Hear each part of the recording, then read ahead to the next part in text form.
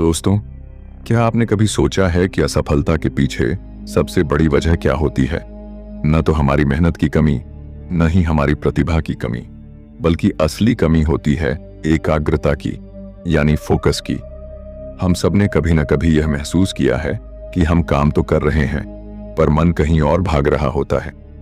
शरीर बैठा होता है किताबों के पास, लेकिन ध्यान भविष्य की चिंता, पुरानी बातें या सोशल मीडिया की दुनिया में भटक रहा होता है।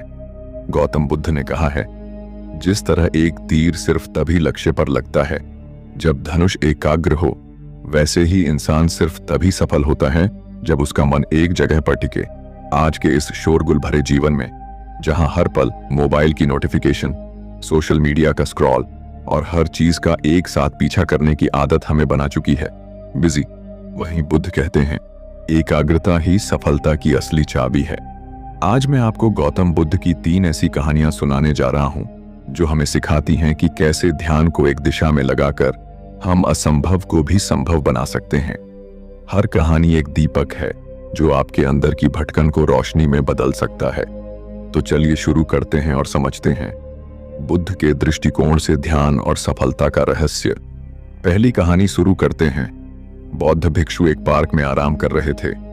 वहां उन्होंने एक लड़के को देखा जो एक खाली पेज पर कठिन श्लोक लिखने की कोशिश कर रहा था, लेकिन गलतियों के कारण बार बार पेज फाड़ रहा था और हर बार नए पेज से शुरू कर रहा था।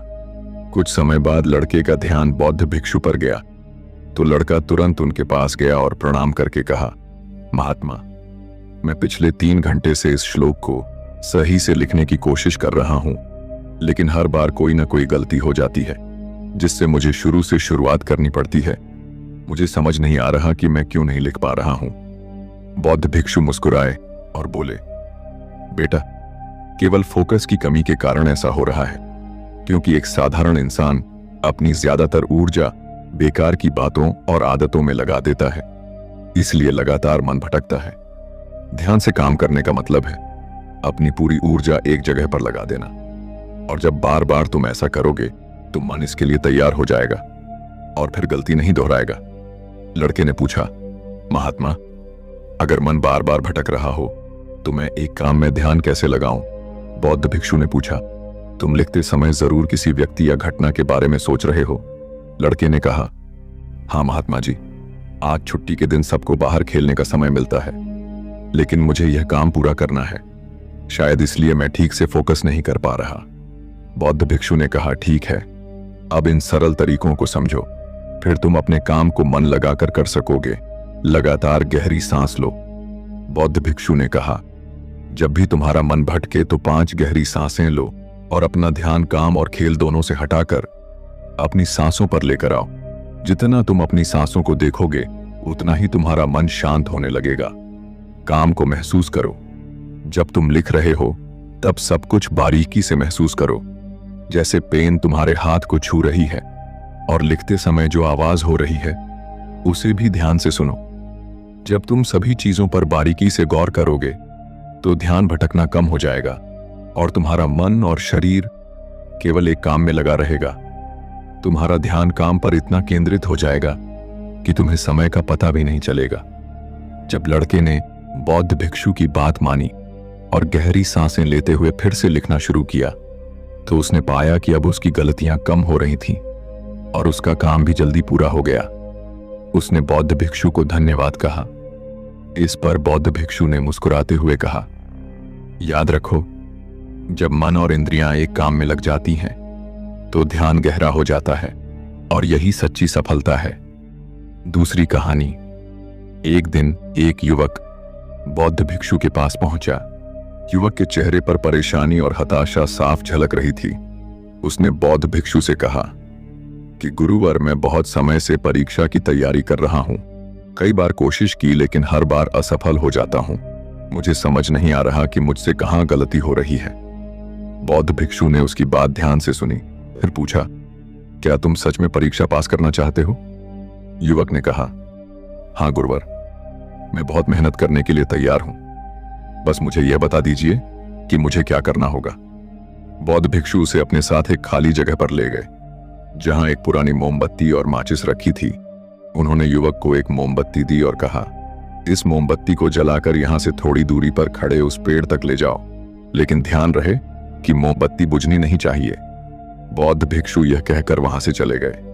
युवक ने माचिस से मोमबत्ती जलाई और धीरे धीरे मोमबत्ती लेकर पेड़ की ओर बढ़ने लगा। रास्ते में हल्की सी हवा चली, जिससे मोमबत्ती की लौ हिलने लगी। युवक ने उसे बचाने की पूरी कोशिश की, लेकिन मोमबत्ती बुझ गई। युवक वापस आया, मोमबत्ती फिर से जलाई और फिर से चल पड़ा। युवक ने यह प्रक्रिया कई बार दोहराई, लेकिन हर बार हवा का हल्का झोंका मोमबत्ती की लौ को बुझा देता।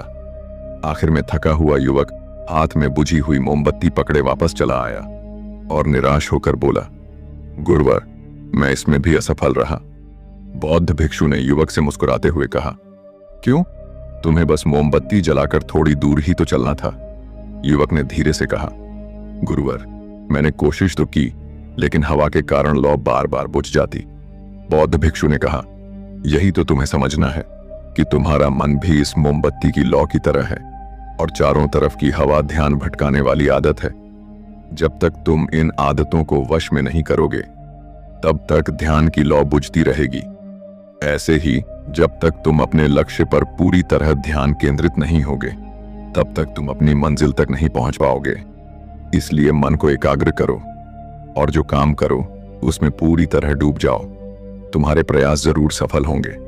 और याद रखो, सभी तरह के ज्ञान का मूल तत्व ध्यान है। इसलिए कुछ भी करने के लिए तुम्हें एक जगह ध्यान लगाना तो सीखना ही होगा। तुम जैसी आदत डालोगे वैसा ही मन होता जाएगा। इसलिए छोटे से छोटा काम भी ध्यान लगाकर करो। ऐसा करने से मन का स्वभाव बदल जाएगा, फिर तुम्हें सफलता जरूर मिलेगी। तीसरी कहानी।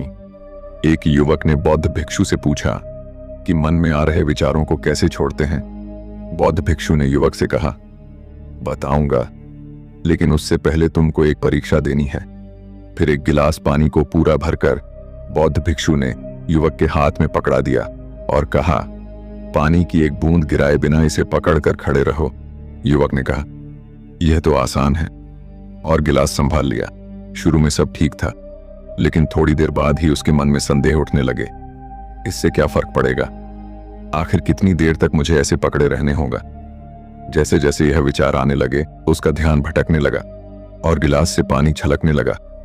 अंत में बौद्ध भिक्षु ने कहा, बेटा, जब तक तुम्हारा मन शांत था तब तक पानी नहीं गिरा, लेकिन जैसे ही तुम्हारे मन में विचार आने लगे तो पानी बाहर गिरने लगा। उन्होंने आगे समझाया, जैसे गर्म लोहे पर हथौड़े की चोट उसे नया रूप देती है, वैसे ही तुम्हारे विचार व्यक्तित्व को और मन को आकार देते हैं। तुम्हारा मन भी गिलास में पानी की तरह है, जिसे आसानी से विचलित किया जा सकता है। अगर तुम पानी यानी मन को स्थिर रखना चाहते हो, तो पहले सभी विचारों को स्थिर करना सीखना होगा।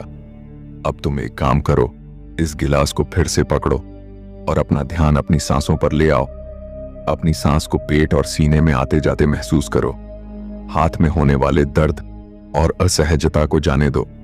मन में जो विचार आ रहे हैं उन्हें बहने दो। खुद को याद दिलाओ कि तुम विचार नहीं हो, बल्कि उन्हें दूर से देखने वाले इंसान हो। ऐसा याद रखने से विचार आकर चले जाएंगे, लेकिन मन को विचलित नहीं कर पाएंगे। थोड़ी देर तक युवक ने इस अभ्यास को जारी रखा और गिलास से एक भी बूंद गिराए बिना खड़ा रहा। बौद्ध भिक्षु ने कहा, इस तरह ध्यान से अभ्यास करते रहो।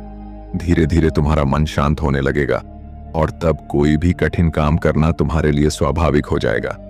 इसके बाद वो युवक बौद्ध भिक्षु को धन्यवाद कहकर घर लौट गया। दोस्तों, उम्मीद है कि आपने आज की इस वीडियो से जरूर कुछ ना कुछ सीखा होगा। तो इस वीडियो को लाइक और अपने दोस्तों के साथ शेयर करना ना भूलें। हमें ऐसे ही सपोर्ट करने के लिए चैनल को सब्सक्राइब और घंटी बटन को जरूर दबा दें। तो चलिए मिलते हैं एक और वीडियो में, तब तक के लिए अपना ख्याल रखें। धन्यवाद।